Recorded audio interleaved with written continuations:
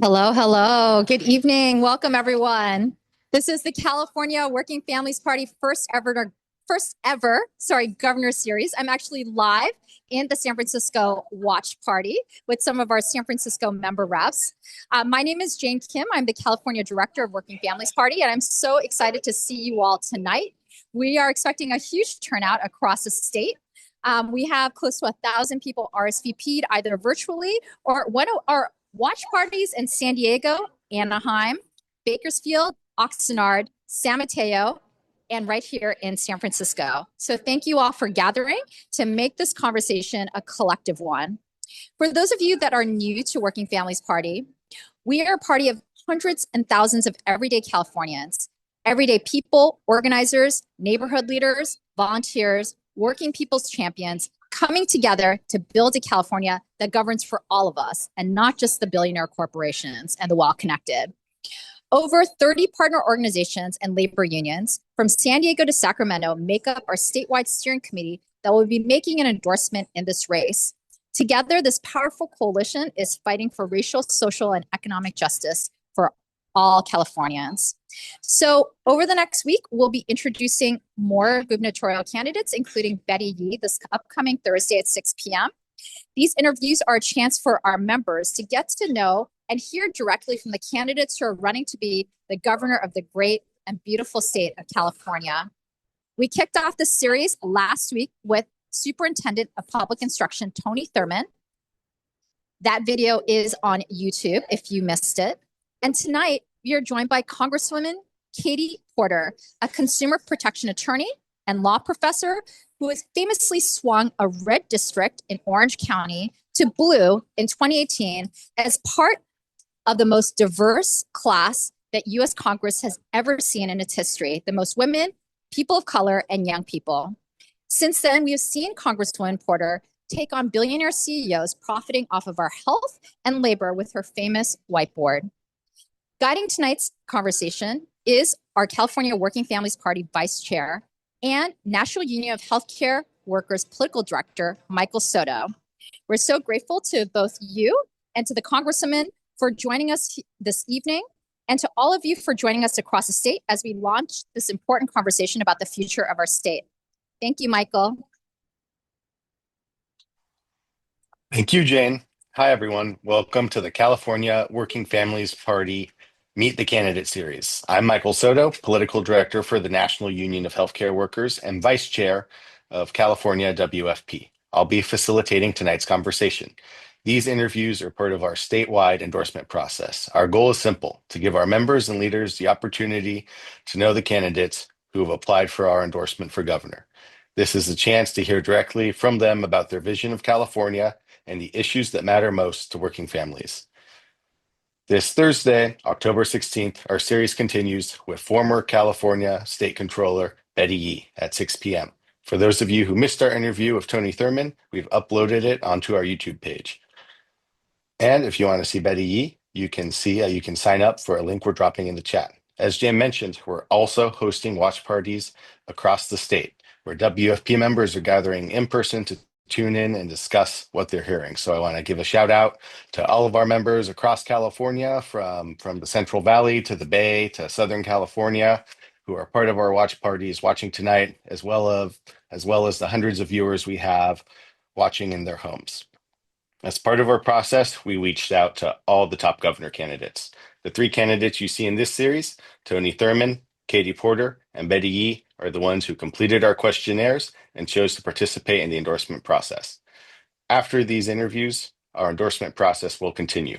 We'll be holding an official WFP forum early in 2026, where members across California will have a chance to weigh in and help shape who WFP ultimately endorses for governor.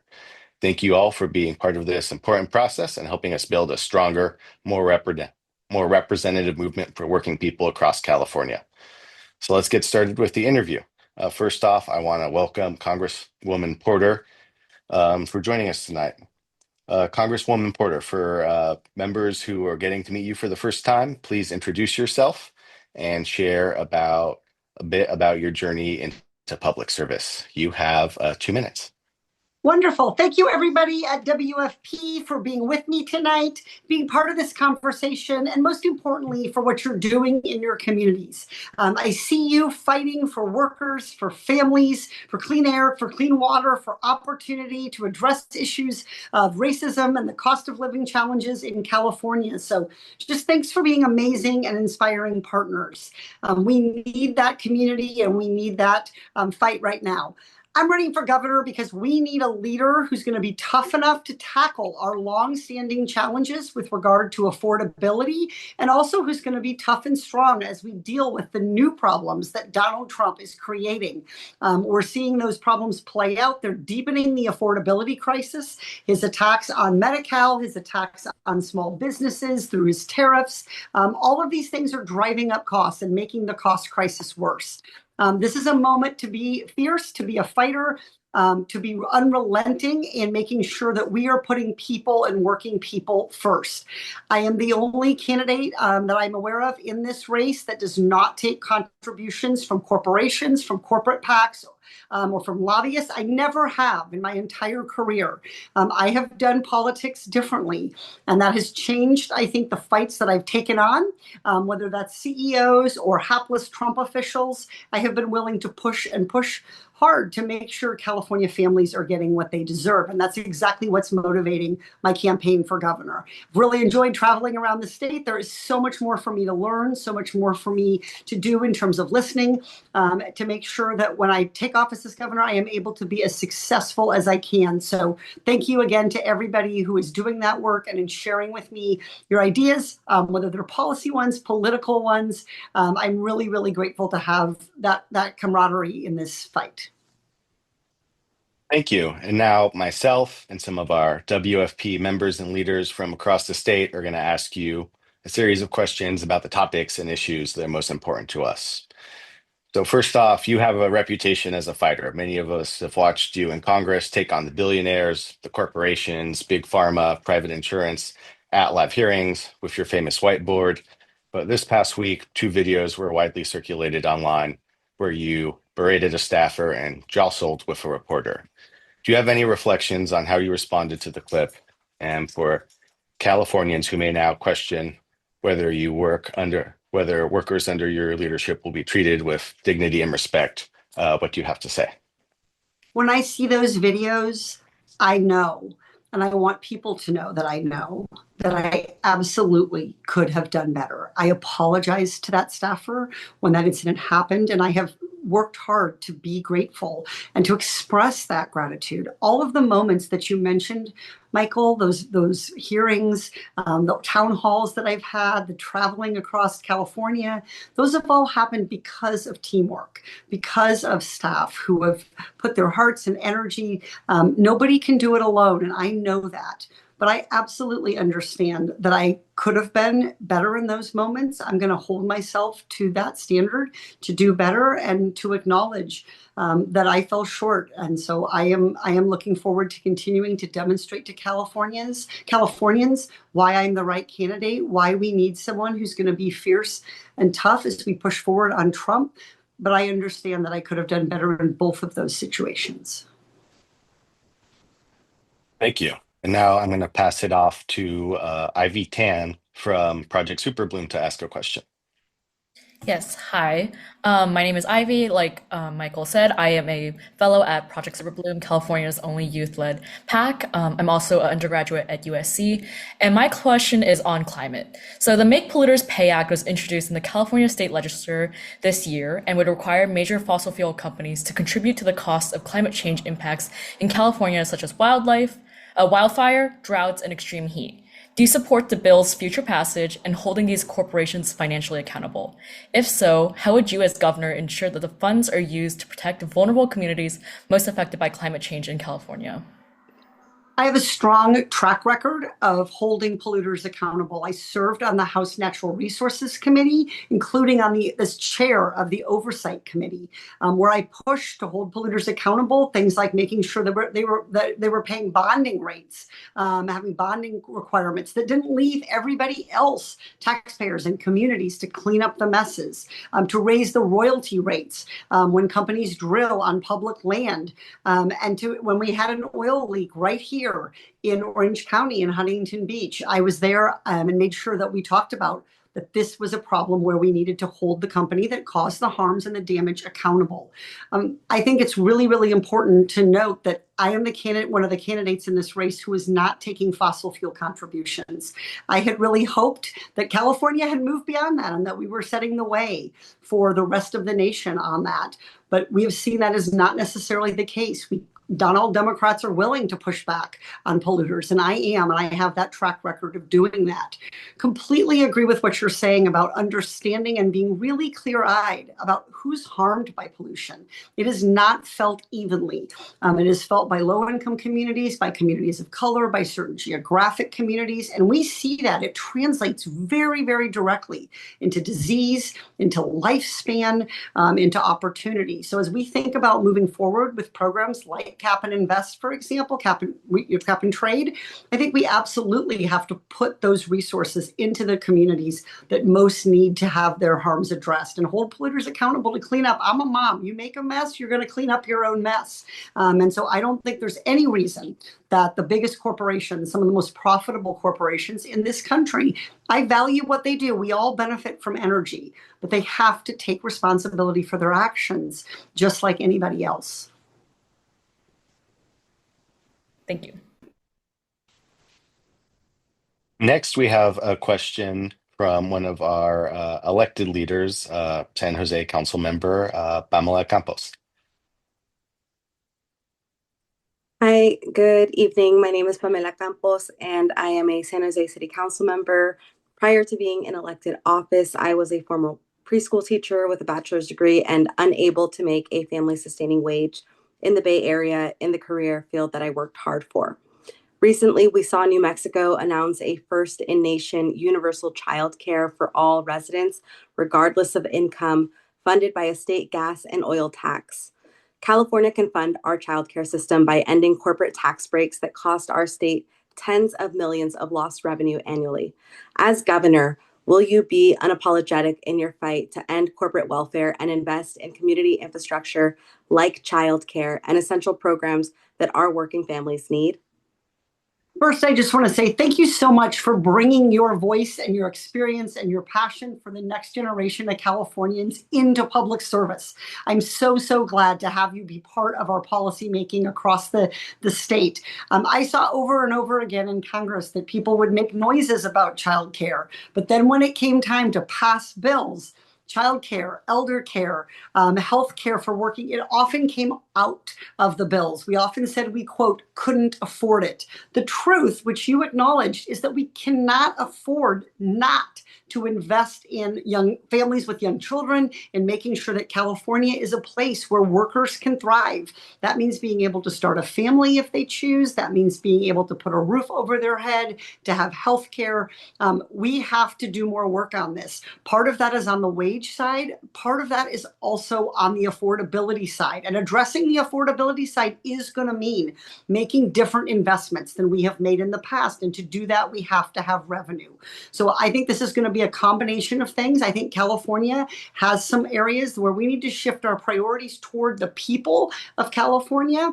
I think we are going to have to look hard at our tax structure to think about how can we keep California moving forward. We are in an environment where we are competing for businesses and for jobs for the very workers. But if they can't make ends meet here, those jobs are not really delivering a brighter future for Californians. So I am very, very passionate about childcare. When I served in Congress, I served on the Joint Economic Committee, Senate, House, Democrat, Republican. There wasn't much agreement on stuff. The one thing that just stood out to me time and time again that every economist who came before us agreed on was that making childcare affordable as you noted, which New Mexico just did. And I cannot wait to see how that plays out. I cannot wait to see how that program moves forward and what lessons California could learn from it. Everybody agreed. Making childcare affordable is the number one biggest thing we could do to grow our economy. And that's true whether you have kids or not, whether your kids are long grown or you never want to have any kids. It's an investment in the exact same way that investing in infrastructure and other things are. So I'm passionate about this, and I think we've made progress in making sure that our care workers can unionize, can get retirement. But as you noted, there is a long ways to go to making sure that we're attracting the workers that we need and paying them what they deserve for this incredibly important work for our economy. Thank you.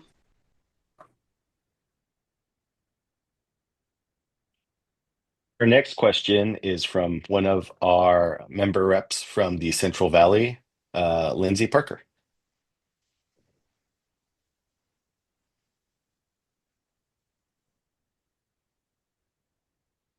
Lindsay, I think you're on mute. I can't hear you. We're having a little trouble hearing you, Lindsay.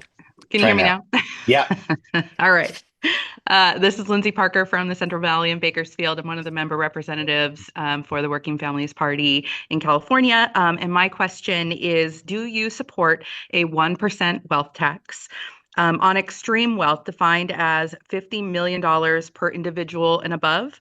And this measure would only impact 15,000 California households, yet generate an estimated $22 billion annually for California. As I said before, I think we have to go into this next stage of California governance, looking at the challenges that we face, looking at our sources of revenue, looking at how we're going to grow our economy. This is not going to be the same budget world. Trump is throwing our budget into disarray. He's taking funding away from so many of our important institutions, whether that we're talking about the financial aid that students receive, whether we're talking about the support for universities, healthcare, Medi-Cal. I could go on and on. So I think we're going to have to really think about what are our priorities and how are we going to achieve them. I am not someone who can be bought. I talked about that at the start of the interview, but I think it's worth repeating. I'm going to do what I think is best for all of California. I am also cognizant of the fact that our progressive tax system, which is something I believe in very, very deeply, means that we are very, very dependent for our tax revenue on the highest earners. That is exactly how it should be. But it also means that we need to be thinking about how do we not only create more high earners here in California to create that revenue, but how do we retain the people that we have? We want them to be in California, and we want them to pay their fair share. I think there is a way to do both. And so as we move forward in looking at the budget, I'm going to have those tough conversations and be willing to make those tough decisions. And what I can promise you is that I'm going to do that based on what I think is best for California, not best for working people, not what is best for a handful of the most wealthy.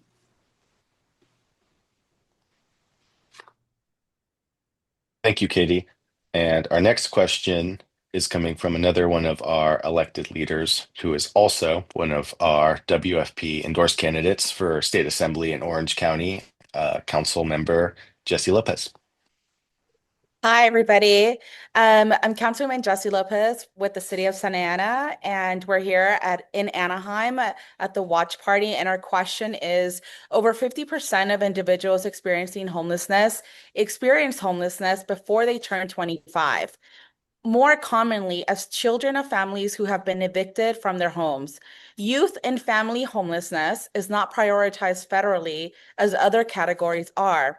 This is a yes or no question. Do you support allowing localities to strengthen rent control at the local level? And do you support the right to counsel in eviction proceedings? And what changes would you make in your administration to reduce youth and family homelessness in California? So I think this is a terrific question, and I'm so glad you're highlighting the fact that homelessness often begins very young. We know that families with young children are at especially single moms with young boys, are very, very high risk of homelessness, and this often creates a cycle, people moving in and out of unstable housing situations. So I absolutely think we need to do more to prevent homelessness from occurring in the first place. And I think there's a lot that we can do with regard to eviction prevention, rapid rapid rehousing, trying to get ahead of this problem rather than trying to deal with it on the back end when people have suffered, when communities have suffered, and when it's very, very expensive and difficult to do. So I definitely support the changes that California has made in terms of cracking down on rent hikes. I think that was really, really an important change. I do not support a statewide rent control, and I want to take the time to tell you why, and thank you for giving me the chance to explain to you why. I absolutely know that the rent is too expensive. There is no doubt about that. The reality is we also face a supply problem in California, and we face a supply of the most affordable kinds of housing in California. So I think we need to be focusing on what data-proven programs will actually drive down the cost of housing.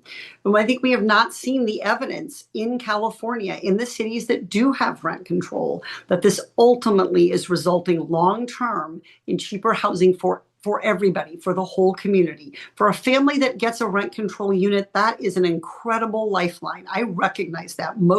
Many workers in California, in some sectors of our economy, many of them cannot afford the rent. But the truth is that rent control is also choking our supply, and there's no data that suggests it's going to do what we long-term need to do, which is make housing more affordable, period. We are seeing, and you've seen this, we see this in Orange County, as you know, council member, we have people who have good, high-paying jobs, and they still can't afford the rent. And so I think we have to think about what are the tools that we can use to do that. I absolutely agree with the premise of your question, which is the high cost of housing is the #1 driver of homelessness, and we have to do more to prevent homelessness. I'm very, very interested in the programs that you talked about how can we connect people with resources, whether that is council or others. How can we connect them with resources to prevent them from being evicted in the first place? And I think there's room for the business community to support these programs. And I think we need to have a conversation with them about why we all benefit from people having stable housing and being able to afford their rent. So I'm very, very focused. Housing affordability is my #1 issue in this race. I got my start in California working on housing affordability.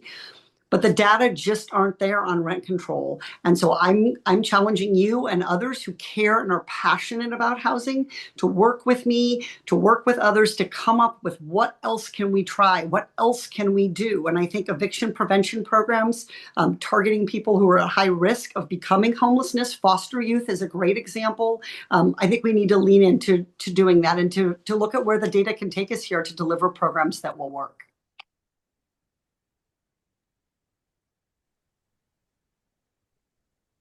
Thank you. And so our next question is on immigration, and this is a two-part question.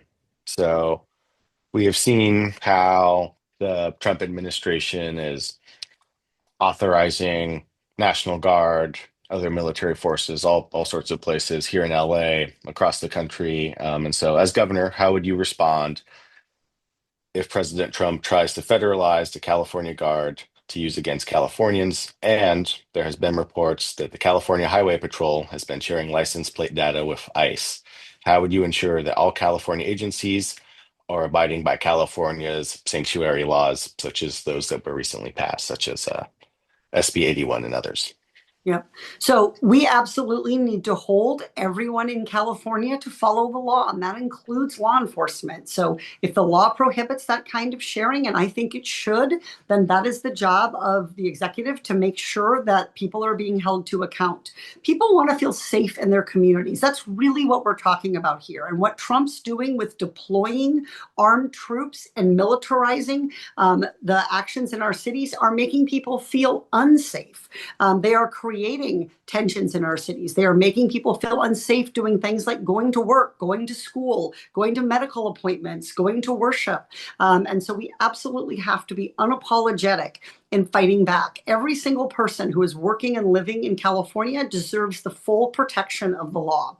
That means due process. That means constitutional rights. That is really, really important. And so I think we've seen many of our mayors have pushed back. I think our governor has pushed back. We've seen other governors, J.B. Pritzker in Illinois, for example, I think really be fierce about this point that what is at stake is our civil rights, all of our civil rights. And that includes people who are here without documentation. California has made up our mind that we want to protect people.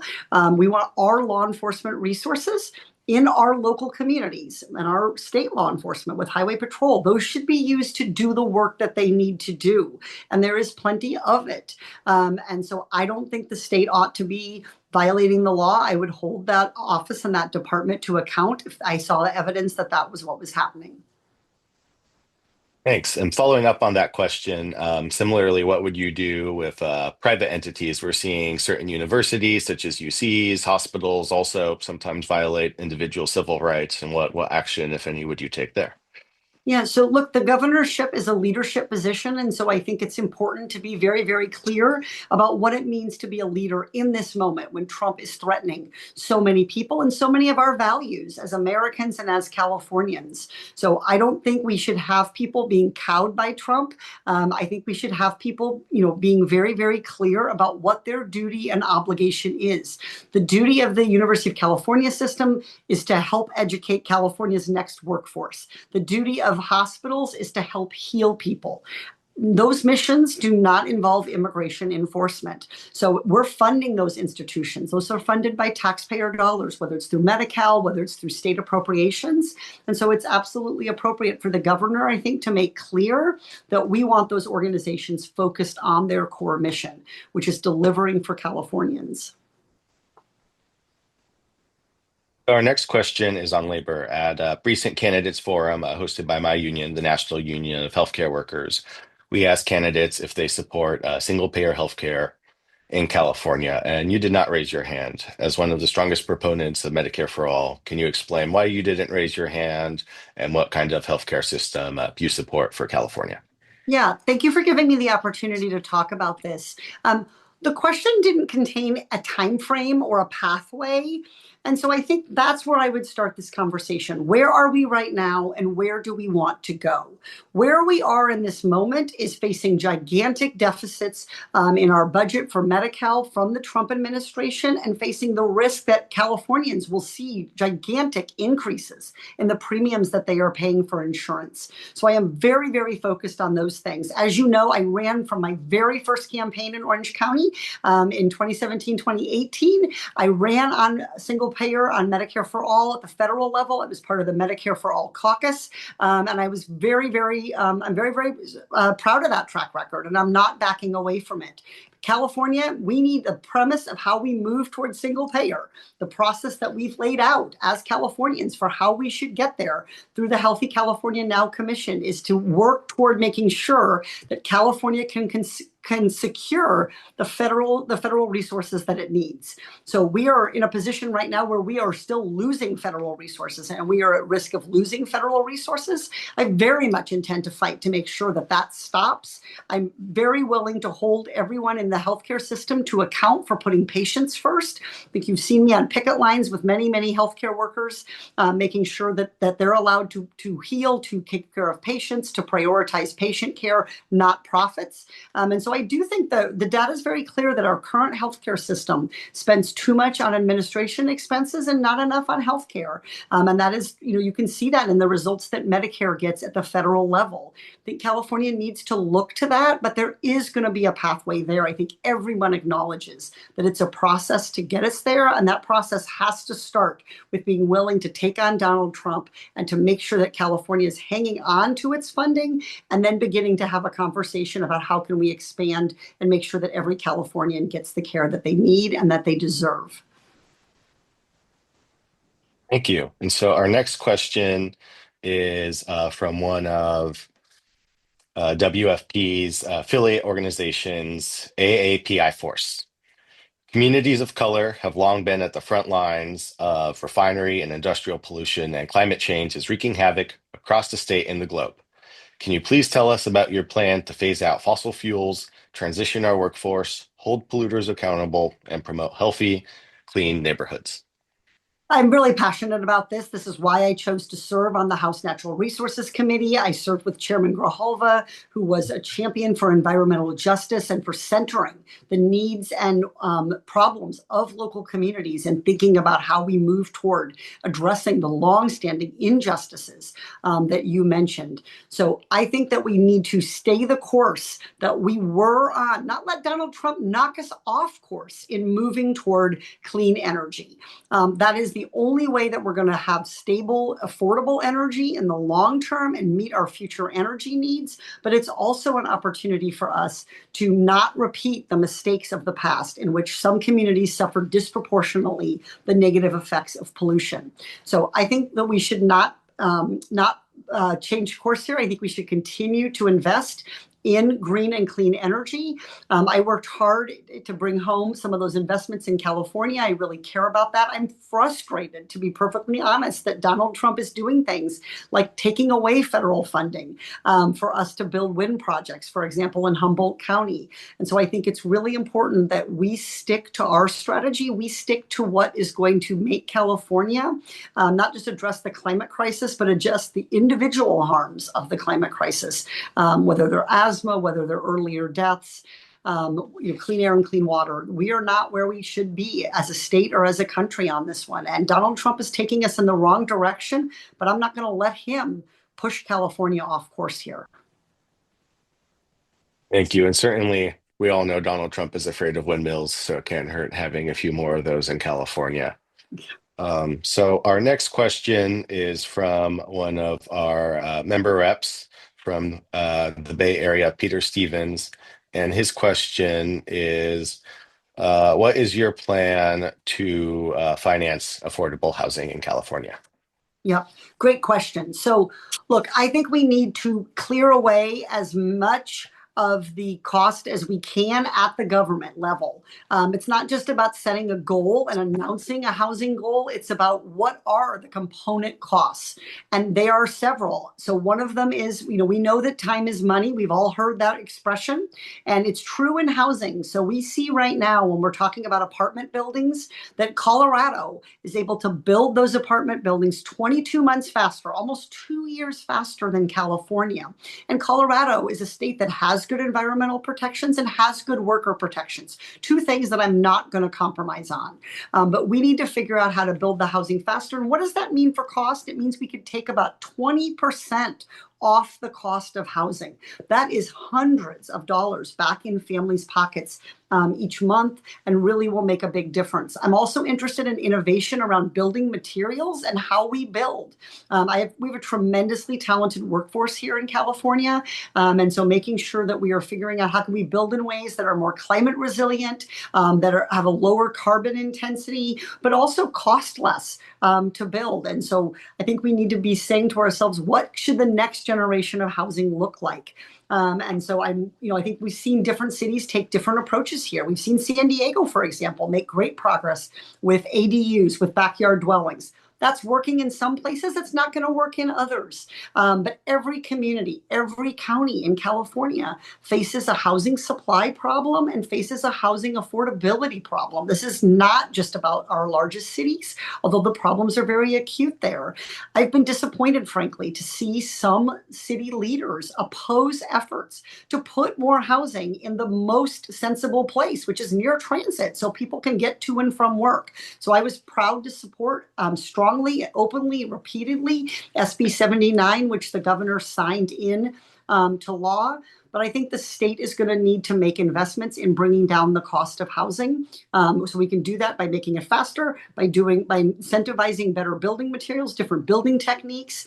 And then ultimately, the state is going to have to make investments in housing for those who are not going to have their needs met by market rate housing. And this is housing for people with disabilities, housing deeply affordable housing for our most low income people, housing for our college students. These are squarely the responsibility of the state, and we should prioritize housing because there's no greater determinant of well-being than someone's housing. It makes all of the difference in the world in their health, in their opportunity, in their schooling, in their job, in their safety. And so I think the government needs to squarely focus on housing and understand it's how vital it is to everyday families. Certainly is. And with that, we're now going to move on to our lightning round. So we're asking you to answer these questions in a minute or less. These will be questions just so people can know more about who you are as a person. So first question, what is your most played artist on Spotify or Apple Music? So if I am in charge of the radio, which is very, very infrequent in my home because I'm a single mother to 3 teenagers, so I am almost never allowed to control the radio. But if I'm in charge, I would say it's Brandy Carlisle. I have a 13, almost 14-year-old daughter, and so I have spent a lot of time listening to Taylor Swift. And embarrassing for a 51-year-old amount of time listening to Taylor Swift because Betsy's often she's quick to get in that she's quick to ride shotgun and to control the radio. Well, I'm sure there's many other 50-year-olds who also listen to their fair share But one if way I'm or in the other. charge, Brandy Carlisle. So we hear you're an avid gym biker. What's your favorite way to blow off steam or work out? Oh, pedal, pedal, pedal, pedal. And so I like to do long rides if I can find the time, 60 minutes, 75 minutes. I'm so proud that I recently did my first 120-minute Peloton Oh, ride.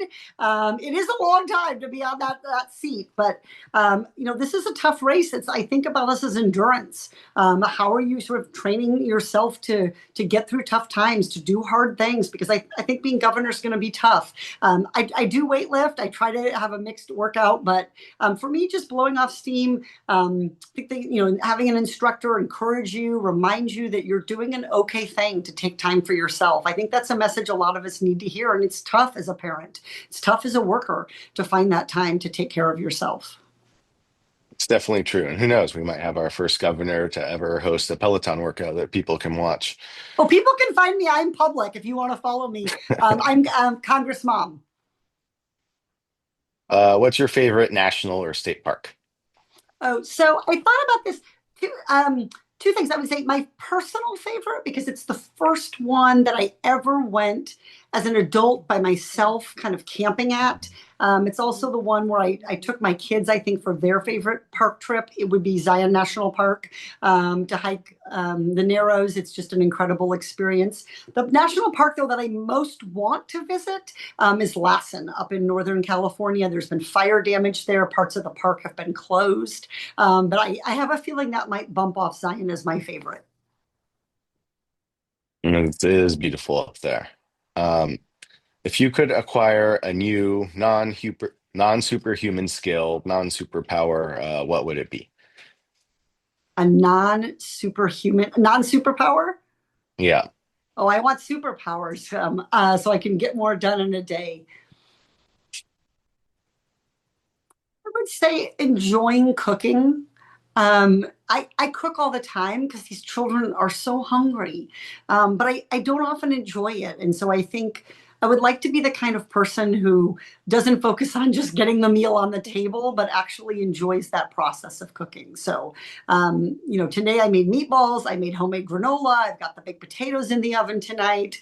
While I'm on this Zoom, I hope they're not burning. But I wish I enjoyed that a little bit more rather than feeling like it's just part of being a mom. I would like to love cooking. I'm sure it's tough also just being so busy with running for office and everything. Well, what would you have if you had a superpower? Oh, what would I have if I had a superpower?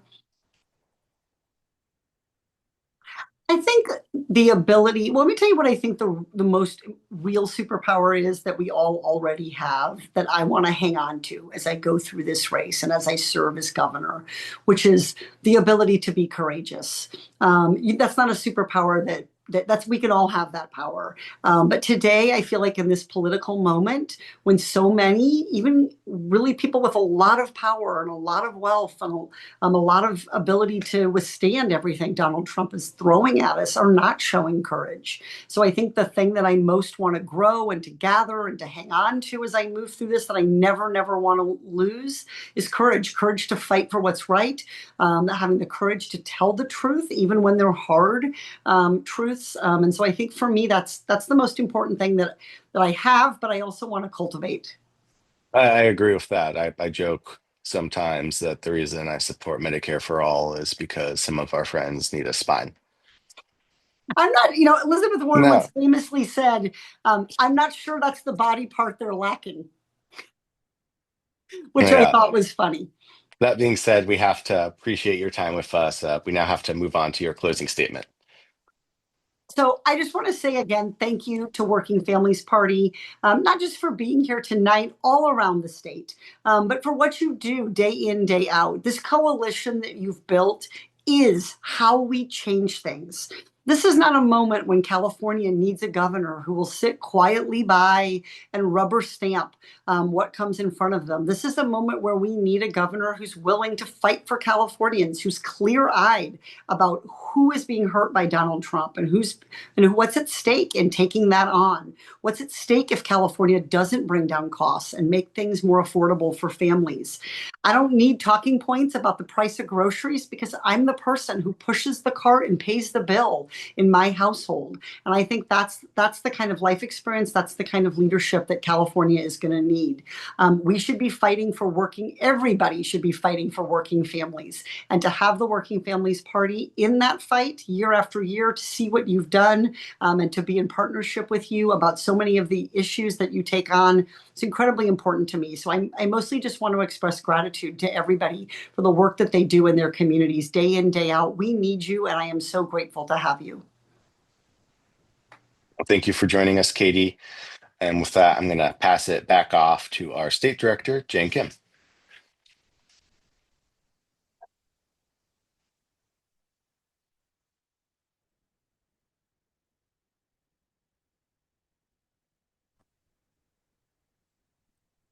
Hi, everyone. Sorry, I was shifting back rooms to be back with you all. Thank you so much, Congresswoman Porter, for joining us tonight for our first ever Governor's Series here in California with Working Families Party. And thank you so much to Michael Soto, our Vice Chair, for moderating today's very good conversation. So I'm also here to announce a very exciting announcement, which is that the steering committee of the California Working Family Party has made their first constitutional office endorsement for Lieutenant Governor. And this is an individual who became the youngest mayor of the city of Stockton, someone who I actually met on his senior year graduation as an undergrad when he was running for council member in his hometown of Stockton, and is now running for lieutenant governor. He's someone who has famously led the Universal Basic Income project in his hometown, which has shown to have tremendous benefits for everyday people who are just struggling paycheck to paycheck to make payments for groceries and rent and others. After his term as the mayor of Stockton, he then went on to lead a group to end poverty here in California and to be the advisor to California Governor Gavin Newsom. So we're really excited to have our first endorsed candidate to a statewide constitutional office, Mayor Michael Tubbs. Welcome. Thank you so much, Jane, and thank you so much to the steering committee and to all the members of the Working Family Party. Again, my name is Michael Tubbs. I am completely honored to be in this fight with you because, I know, you all know, the status quo just isn't working. But not only that, it has never worked for us in our communities and for working people in the state. And we spend a lot of time in California talking about how we're the fourth largest economy in the world. But the question has to be the fourth largest economy for who? Not the folks who are working, empowering our state, and not the next generation as well. So I need you guys. I'm glad to be in this fight with you guys, and we will build a California that works for everyone. We will build an economy that works for everyone. We'll also make sure we take big swings because now is not the time to be afraid. Now is the time to be courageous. So we can try to go for a universal basic income in California. We can try to make sure that we house everyone in California. We have to have a vision that meets the times that we're in. And I know you all have that same energy around making sure that we just don't talk about how bad Donald Trump is, but we do the hard work of governing for in California and making sure that working families and working people can still afford to call California home. So again, I'm so honored to be your first endorsement. Looking forward to knocking on doors, looking forward to taking ideas, and looking forward to governing the way we should be governing in California with a clear-eyed view, with an understanding of the dignity of all people, and with the desire to take big swings. Because again, the status quo is not only not working, it has never worked for us in our communities. Thank you, Michael. Thank you so much for joining us here today. And we're so excited to announce your endorsement with us in our first ever series as we interview candidates. Thank you all so much for joining across the state. And don't forget to join this Thursday at 6 p.m. to hear from Betty Yee, our former controller, to hear about her vision for California as well. Now, you always hear a pitch for money, and we are going to do the same here tonight. We're asking you to consider investing in Working Families Party here in the state of California. California WFP is a PAC, and 100% of your contributions goes to our political action committee that just goes towards electing Working Family Party candidates up and down the state, from school board to state legislature to Congress. We believe that we can secure governing power, and that while government may be perceived as a problem and certainly has not always worked in our favor, that government is actually a prize that we should be fighting to have power in. And that if we have governing power, that we can win policies that actually uplift working people across the country, from Medicare for all to universal childcare, as we talked about today. But we know that this takes money. And for many of us that have been involved in the electoral fight for many cycles, we often see all of the money come in from the other side, whether it's the realtors, the Chamber of Commerce, the Police Officers Association. Well, guess what those organizations are? They're dues-paying organizations. All of those members pay dues that go into these gigantic PACs that spend millions of dollars, often against our candidates. Now, there are 40 million Californians. We are the most populous state in the country, 20 million that vote regularly. I believe that there's at least 1 million Californians out there that believe in this vision that we are leading here together to build a working families party, the party of our dreams here in California. And imagine what we could do if 1 million Californians gave $1 a month to our organization to elect more candidates like Michael Tubbs, like Jesse Lopez, our Santa Ana City Council member, like Pamela Campos, our San Jose City Council member throughout the state. So we hope that you'll consider joining in any amount, any recurring amount per month. And the link is on our chat as well. And I'm going to hand this over to our Deputy Director, Jorge Contreras. Hey, y'all. Thank you all for staying. I do want to make sure that y'all saw that we will be doing our next interview on Thursday at 6 o'clock. Same thing on Zoom and at watch parties around the state. I want to thank the over 1,000 people that tuned in live, virtually, and at watch parties in every region of the state. I also want to make sure that folks know about we're going to be doing a Prop 50 rally next Wednesday, October 22nd, with Congressman Ro Khanna, WP National Director Maurice Mitchell, and two of our incredible congressional candidates in California. One of them is Randy Villegas, who's a Visalia school board member, who is running against both the Democratic and Republican establishment in the biggest swing district in California, in CD 22. And the other is progressive Sacramento City Council member Mai Vang, who is running against an 80-year-old incumbent who has not held the town hall. So that is going to be taking place next Wednesday, October 22nd. Reminder, Thursday, we're going to be interviewing Betty Yee. And like I said, your money, we're asking you to just donate $10 a month. If you can't do $10, do $5 a month. It goes directly into supporting candidates like Randy Villegas, Mai Vang, Pamela Campos, and Jesse Lopez, all progressive champions around the state that are going to make real change in California. So we'll see you on Thursday at 6 o'clock for Betty Yee's screening, and on Wednesday, October 22nd, for our watch party, our virtual rally with Ro Khanna, Randy Villegas, Mai Vang, and Maurice Mitchell. So thank you all for coming and building the power. Shout out to all the watch parties happening around the state, and let's do it again on Thursday. And the other thing I'll say, lastly, is if you want to continue the conversation and talk with other members around the state, we're doing a Discord after show right after this, where we're going to be talking and we're going to have a bunch of our leaders talking about what happened, get their thoughts on what's going on, and you could just talk with members from around the state. And we'll be dropping the Discord link in the chat so you could continue the conversation now. So thank you all for joining, and we'll see you on Thursday.